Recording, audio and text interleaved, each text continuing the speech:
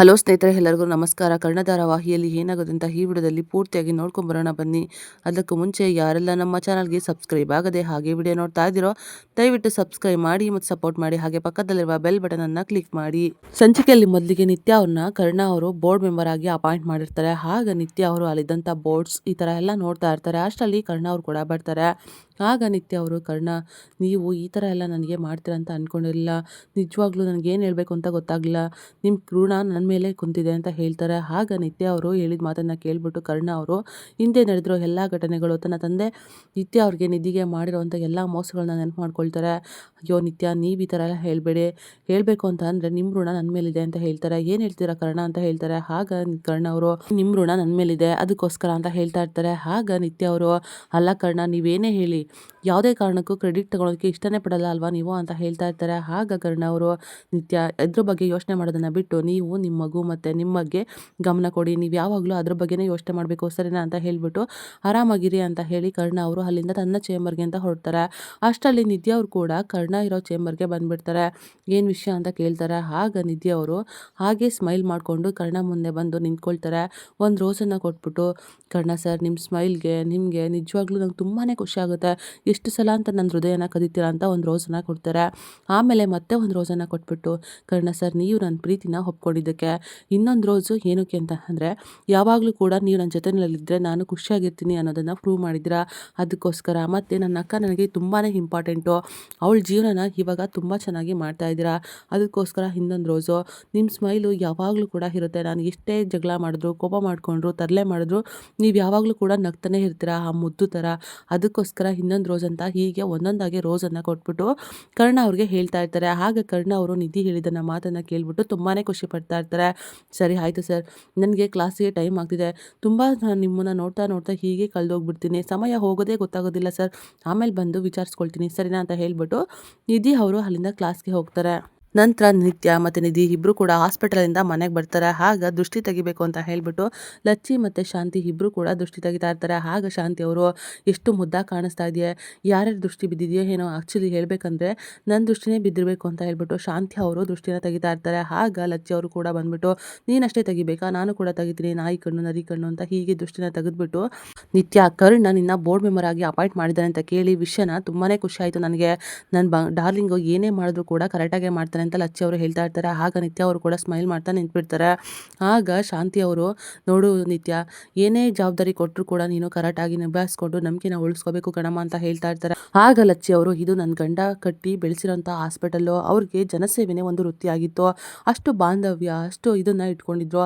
Hospital ಅಂತ ಅಂದರೆ ಯಾವಾಗಲೂ ಕೂಡ ಅವ್ರಿಗೆ ದೇಗುಲ ಆಗಿತ್ತು, ಜನರ ಸೇವೆನೇ ಅವ್ರ ವೃತ್ತಿ ಆಗಿತ್ತು. ಜೊತೆಗೆ ಜನರ ಸೇವೆನ ಮಾಡಿಕೊಂಡು ಅವ್ರ ಹತ್ರ ಸ್ವಲ್ಪನೂ ಕೂಡ ಅಮೌಂಟನ್ನು ಇಸ್ಕೊಳ್ದೆ ಅಷ್ಟು ಚೆನ್ನಾಗಿ ಅವರು ಇದನ್ನು ನಿಭಾಯಿಸ್ಕೊಂಡು ಹೋಗಿದ್ದಾರೆ. ಅಷ್ಟು ಇಷ್ಟವಾದಂಥ ಹಾಸ್ಪಿಟಲ್ಲು, ಅವ್ರಿಗೆ ಹಾಸ್ಪಿಟಲ್ ಅಂದರೆ ತುಂಬಾ ಇಷ್ಟ. ಆದರೆ ವಿಧಿ ಆಟ, ನನಗಿಂತ ಮುಂಚೆನೇ ನನ್ನ ಬಿಟ್ಬಿಟ್ಟು ಹೋಗ್ಬಿಟ್ರು ಅಂತ ತುಂಬಾ ಫೀಲ್ ಮಾಡ್ಕೊಳ್ತಾರೆ. ಅಷ್ಟೇ ಅಲ್ಲ, ಕರ್ಣ ಇಷ್ಟಪಡೋ ಹಾಸ್ಪಿಟಲ್ಲು ಮತ್ತು ನಮ್ಮ ಯಜಮಾನ್ರು ಕಟ್ಟಿ ಬೆಳೆಸಿರೋಂಥ ಹಾಸ್ಪಿಟಲ್ನ ಯಾವುದೇ ಕಾರಣಕ್ಕೂ ಏನು ತೊಂದರೆ ಆಗದೆ ಚೆನ್ನಾಗಿ ನೋಡ್ಕೊತೀಯ ಅಂತ ನನಗೆ ಮಾತು ಕೊಡ್ತೀಯ ನಿತ್ಯ ಅಂತ ಹೇಳ್ತಾರೆ. ಆಗ ನಿತ್ಯ ಅವರು ಕೂಡ ಯೋಚನೆ ಮಾಡ್ತಾ ಇರ್ತಾರೆ. ಆಗ ನಿಧಿ ಅವರು ಕಣ್ಣಲ್ಲೇ ಸನ್ನೆ ಮಾಡಿ ಒಪ್ಕೊಳ್ಳೋದಕ್ಕೆ ಹೇಳ್ತಾರೆ. ಆಗ ಲಚ್ಚಿ ಅವರು, ಮಾತು ಕೊಡ್ತೀಯ ಅಲ್ವೇನಮ್ಮ ಅಂತ ಮತ್ತೆ ಎಮೋಷ್ನಲ್ ಆಗಿಬಿಡ್ತಾರೆ. ಆಗ ನಿತ್ಯ ಅವರು, ಸರಿ ಆಯಿತು ಅಜ್ಜಿ, ನೀವು ಹೇಳ್ದಾಗೆ ಆಗಲಿ ಅಂತ ಮಾತು ಕೊಡ್ತಾರೆ. ಆಗ ರಾಧಿಕಾ ಅವರು, ಅಜ್ಜಿ, ಊಟ ಮಾಡೋದನ್ನೇ ಮರ್ತೋಗ್ಬಿಟ್ಟಿರಾ ಏನು ಅಂತ ಹೇಳ್ತಾರೆ. ಅಯ್ಯೋ ನೋಡು, ಮಾತಾಡ್ತಾ ಮಾತಾಡ್ತಾ ಊಟ ಮಾಡೋದನ್ನೇ ಮರ್ತೋಗ್ಬಿಟ್ಟಿವಿ, ಬನ್ನಿ ಎಲ್ಲರೂ ಕೂಡ ಊಟ ಮಾಡೋಣ ಅಂತ ಹೇಳ್ಬಿಟ್ಟು ಡೈನಿಂಗ್ ಹಾಲ್ ಹತ್ರ ಬರ್ತಾರೆ. ಆಗ ರಮೇಶ್ ಅವರು ಎಲ್ಲರೂ ಕೂಡ ಊಟಕ್ಕೆ ಕೂತ್ಕೊಳ್ತಾರೆ. ಆಗ ಮಾಲತಿ ಅವರು ಕರ್ಣಂಗೆ ಇಷ್ಟ ಆಗಿರೋಂಥ ಚಪಾತಿ, ಪಲ್ಯ, ಪ್ರತಿಯೊಂದು ಕೂಡ ಐಟಮ್ಸ್ನ ಕರ್ಣಂಗೆ ಇಷ್ಟ ಆಗಿರೋ ಥರನೇ ವೆರೈಟಿಯಾಗಿ ಮಾಡಿರ್ತಾರೆ. ಅದನ್ನು ನೋಡಿಬಿಟ್ಟು ಲಚ್ಚಿ ಅವರು ಕರ್ಣಂಗೆ ಫೋನ್ ಮಾಡ್ತಾರೆ. ಅಯ್ಯೋ ಡಾರ್ಲಿಂಗ್, ಎಲ್ಲಿದೆಯಾ, ನಿನಗೆ ಇಷ್ಟ ಆಗಿರೋ ವೆರೈಟಿ ಫುಡ್ಡನ್ನು ಮನೆಯಲ್ಲೇ ಮಾಡಿದ್ದಾರೆ, ನೀನು ಮಿಸ್ ಮಾಡ್ಕೋಬಾರ್ದು, ಆದಷ್ಟು ಬೇಗನೆ ಬಾ ಡಾರ್ಲಿಂಗ್, ಕೆಲಸ ಅಂತ ಏನೇನೋ ನೆಪ ಹೇಳಬೇಡ ನೀನು ಅಂತ ಕರ್ಣಂಗೆ ಫೋನ್ ಮಾಡಿ ಹೇಳ್ತಾರೆ. ಆಗ ರಮೇಶ್ ಅವರು, ಇಷ್ಟ ಆಗಿರೋ ಫುಡ್ಡಾ ಅಂತ ಹೇಳ್ಬಿಟ್ಟು ಹೀಗೆ ನೆನಪು ಮಾಡ್ಕೊಂಡು, ನನಗೆ ಪಾತ್ರೆದೊಳಗೆ ಕೇಳಿದ್ನಲ್ಲ ಇವನು ಅಂತ ನೆನಪು ಮಾಡಿಕೊಂಡು ಕೋಪ ಮಾಡ್ಕೊಳ್ತಾ ಇರ್ತಾರೆ. ಅಷ್ಟರಲ್ಲಿ ನಿಧಿ ಅವರು ಕೂಡ ಬರ್ತಾರೆ. ಅಮ್ಮ ನೀವು ಕೂತ್ಕೊಳ್ಳಿ, ನಾನು ಊಟ ಬಡಿಸ್ತೀನಿ ಅಂತ ಹೇಳ್ತಾರೆ. ಆಗ ಮಾಲತಿ ಅವರು, ನೋಡು ನಿಧಿ, ಅದೆಲ್ಲ ಏನು ಬೇಡ ಪುಟ, ನೀನು ಕೂತ್ಕೋ ಅಂತ ಹೇಳ್ತಾರೆ. ಆಗ ರಮೇಶ್ ಅವರು, ಮಾಲತಿ ಹೇಳ್ತಾ ಇರೋದು ಕರೆಕ್ಟಾಗೇ ಇದೆ, ಬಾ ನಿಧಿ ನೀನು ಕೂತ್ಕೋ ಅಂತ ಹೇಳ್ಬಿಟ್ಟು ರಮೇಶ್ ಅವರು ಕೂಡ ಹೇಳ್ತಾರೆ. ಆಗ ರಮೇಶ್ ಅವರು ಕರ್ಣನ ಮೇಲೆ ಒಂದು ಮಾಸ್ಟರ್ ಪ್ಲಾನನ್ನು ನಮಸ್ಕಾರನ ಮಾಡಿಬಿಟ್ಟು, ಅಮ್ಮ ನಾಳೆ ಒಂದು ಪೂಜೆನ ಇಟ್ಕೋಬೇಕು ಅಂತ ಅಂದ್ಕೊಂಡಿದ್ದೀನಿ. ನಾನು ಪುರೋಹಿತರಿಗೂ ಕೂಡ ಹೇಳಿದ್ದೀನಿ, ಕರ್ಣ ಮತ್ತು ನಿತ್ಯಾಗೆ ಹುಡ್ತಾ ಇರೋಂಥ ಮಗುಗೆ ತುಂಬಾ ಒಳ್ಳೇದಾಗಬೇಕಲ್ವಾ, ಅದಕ್ಕೋಸ್ಕರ ಅದು ಉಜ್ವಲ ಭವಿಷ್ಯಕ್ಕೋಸ್ಕರ ನಾನು ಈ ಥರ ಪೂಜೆನ ಇಟ್ಕೊಂಡಿದ್ದೀನಿ. ಆ ಮಗು ತಾತ ಆಗಿ ಇಷ್ಟು ಮಾಡಲಿಲ್ಲ ಅಂದರೆ ಹೇಗೆ, ನಾನು ತಾತ ಆಗಿ ಏನೂ ಪ್ರಯೋಜನ ಇಲ್ಲದಂಗೆ ಆಗ್ಬಿಡುತ್ತೆ, ಅದಕ್ಕೋಸ್ಕರ ಈ ಥರ ಮಾಡ್ತಾ ಇದ್ದೀನಿ. ಯಾವ ಸೀಮೆ ತಾತ ಅಂದ್ಬಿಡ್ತಾರೆ ಅಷ್ಟೇ. ಅದಕ್ಕೆ ನಿಮ್ಗೇನು ಅಭ್ಯಂತರ ಇಲ್ಲ ತಾನೇ ಅಂತ ಹೇಳ್ತಾರೆ. ಆಗ ಲಚ್ಚಿಯವರು, ಅಯ್ಯೋ ರಮೇಶ, ಇಂಥ ಒಳ್ಳೆ ಕೆಲಸ ಮಾಡ್ತಾ ಇದ್ದೀನಿ ಅಂದರೆ ಯಾರಿಗೆ ತಾನೇ ಅಭ್ಯಂತರ ಇರುತ್ತೆ, ನಿತ್ಯ ನಿಮಗೆ ಒಪ್ಪಿಗೆ ಅಲ್ವೇನಮ್ಮ ಅಂತ ಕೇಳ್ತಾರೆ. ಆಗ ನಿತ್ಯ ಅವರು ಯೋಚನೆ ಮಾಡ್ತಾ ಇರ್ತಾರೆ. ನಂತರ ಅವರು ಕೂಡ ಒಪ್ಕೊಳ್ತಾರೆ. ಆಗ ಲಚ್ಚಿಯವರು, ಅಯ್ಯೋ ರಮೇಶ, ನಿಜವಾಗ್ಲೂ ಈ ಮಾತು ನನಗೆ ಒಳ್ದೇ ಇರಲಿಲ್ಲ, ನಿಜವಾಗ್ಲೂ ನೀನು ಹೇಳಿದ್ದು ತುಂಬಾ ಖುಷಿ ಆಯಿತು, ಪೂಜೆ ತಾನೇ, ಸರಿ ಆಯಿತು ಮಾಡೋಣ ಬಿಡು ಅಂತ ಹೇಳ್ತಾರೆ. ಆಗ ರಮೇಶ್ ಅವರು, ನೋಡು ನಿತ್ಯ, ನೀನು ನಾಳೆ ಹಾಸ್ಪಿಟಲ್ಗೆ ಹೋಗೋದು ಬೇಡ ಅಂತ ಹೇಳ್ತಾರೆ. ಆಗ ಲಚ್ಚಿಯವರು, ನೋಡು ನಿತ್ಯ, ರಮೇಶ್ ಹೇಳ್ತಿರೋದು ಕರೆಕ್ಟಾಗೇ ಇದೆ, ನೀನು ನಾಳೆ ಹಾಸ್ಪಿಟಲ್ಗೆ ಹೋಗೋದು ಬೇಡ, ನೀನು ಮತ್ತು ಕರ್ಣ ಪೂಜೆನಲ್ಲಿ ಕೂತ್ಕೋಬೇಕಲ್ವಾ ಅಂತ ಹೇಳ್ತಾರೆ. ರಮೇಶ್ ಅವರು ಏನು ಮಾಸ್ಟರ್ ಪ್ಲ್ಯಾನ್ ಮಾಡಿದ್ದಾರೆ ಅಂತ ಯಾರಿಗೂ ಕೂಡ ಸ್ವಲ್ಪನೂ ಕೂಡ ಗೊತ್ತಾಗೋದಿಲ್ಲ. ಅಷ್ಟರಲ್ಲಿ ನಯನತಾರ ಮತ್ತು ಸಂಜಯ್ ಅವರು ಕೂಡ ಮನೆಗೆ ಬರ್ತಾರೆ. ಆಗ ನಯನತಾರ ಮತ್ತು ಸಂಜಯ್ನೂ ಕೂಡ ಲಚ್ಚಿ ಅವರು ಊಟ ಕರೀತಾರೆ. ನನಗೆ ಹಸಿವಿಲ್ಲ, ಹೊಟ್ಟೆ ತುಂಬಿದೆ ಅಂತ ಹೇಳ್ಬಿಟ್ಟು ಇಬ್ಬರು ಕೋಪ ಮಾಡಿಕೊಂಡು ಅಲ್ಲಿಂದ ಹೋಗ್ಬಿಡ್ತಾರೆ. ನೀವು ಊಟ ಮಾಡಿ ಎಲ್ಲರೂ, ಅವರಿಬ್ಬರು ಸ್ವಲ್ಪ ಹಾಗೇನೆ ಅಂತ ಹೇಳಿ ಮನೆಯವರೆಲ್ಲರಿಗೂ ಕೂಡ ಹೇಳ್ತಾ ಇರ್ತಾರೆ. ಆಗ ತಾರ ಅವರು, ಅಮ್ಮ ಊಟ ಆದಮೇಲೆ ಬಾ, ಸ್ವಲ್ಪ ನಾನು ನಿನ್ನ ಜೊತೆ ಮಾತಾಡಬೇಕು ಅಂತ ಹೇಳಿ ಅಲ್ಲಿಂದ ಹೋಗ್ತಾರೆ. ಎಲ್ಲರದ್ದು ಕೂಡ ಊಟ ಆದಮೇಲೆ ಆಗ ರಮೇಶ್ ಅವರು ಮಾಲತಿ ಹತ್ರ ಹೋಗ್ತಾರೆ. ಮಾಲತಿ ಅವರು ಪಾತ್ರೆನ ತೊಳಿತಾ ಇರ್ತಾರೆ. ನಿನಗೆ ಕಷ್ಟ ಆಗಬಾರ್ದು ಅಲ್ವಾ ಕೆಲಸ, ಅದಕ್ಕೋಸ್ಕರ ಹೇಳ್ತಾ ಇದ್ದೀನಿ, ಡೈನಿಂಗ್ ಟೇಬಲ್ ಮೇಲಿರೋಂಥ ಎಲ್ಲ ಪಾತ್ರೆಗಳನ್ನು ತಗೊಂಡು ಬಾ ಅಂತ ಹೇಳ್ತಾರೆ. ಆಗ ಮಾಲತಿ ಅವರು, ರೀ ಅದು ಕರ್ಣಂದು ಇನ್ನೂ ಊಟ ಆಗಿಲ್ಲ ರೀ ಅಂತ ಹೇಳ್ತಾರೆ.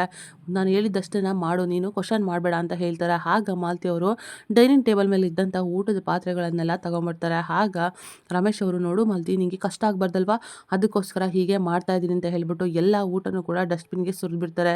ರೀ ಪ್ಲೀಸ್ ರೀ, ಅವ್ನು ಇನ್ನೂ ಊಟ ಆಗಿಲ್ಲ ಪ್ಲೀಸ್ ಅಂತ ಹೇಳ್ತಾನೆ ಇರ್ತಾರೆ. ಆದರೆ ರಮೇಶ್ ಅವರು ತಿಪ್ಪೆ ಬಿದ್ದಿದ್ದ ಕೂಸು ಅಲ್ವಾ, ಎಷ್ಟೇ ಆದರೂ ತಿಪ್ಪೆಯಲ್ಲಿ ಬಿದ್ದಿರೋನು ಏನೇ ಆದರೂ ಡಸ್ಟ್ಬಿನ್ನಲ್ಲಿ ಇದ್ದಿದ್ದನ್ನು ತಿನ್ನಲಿ ಬಿಡೋ ಅಂತ ನಿನಗೆ ಯಾಕೆ ಅಂತ ಹೇಳ್ಬಿಟ್ಟು ಎಲ್ಲ ಊಟನೂ ಕೂಡ ಡಸ್ಟ್ಬಿನ್ಗೆ ಹಾಕಿಸ್ಬಿಡ್ತಾರೆ. ಅವರು ಕೂಡ ಸ್ವಲ್ಪ ಸುರಿದ್ಬಿಡ್ತಾರೆ. ಆಗ ಮಾಲತಿ ಅವರು ಕಣ್ಣೀರು ಹಾಕೊಂಡೆ ಡಸ್ಟ್ಬಿನ್ಗೆ ಊಟನ ಹಾಕ್ಬಿಡ್ತಾರೆ.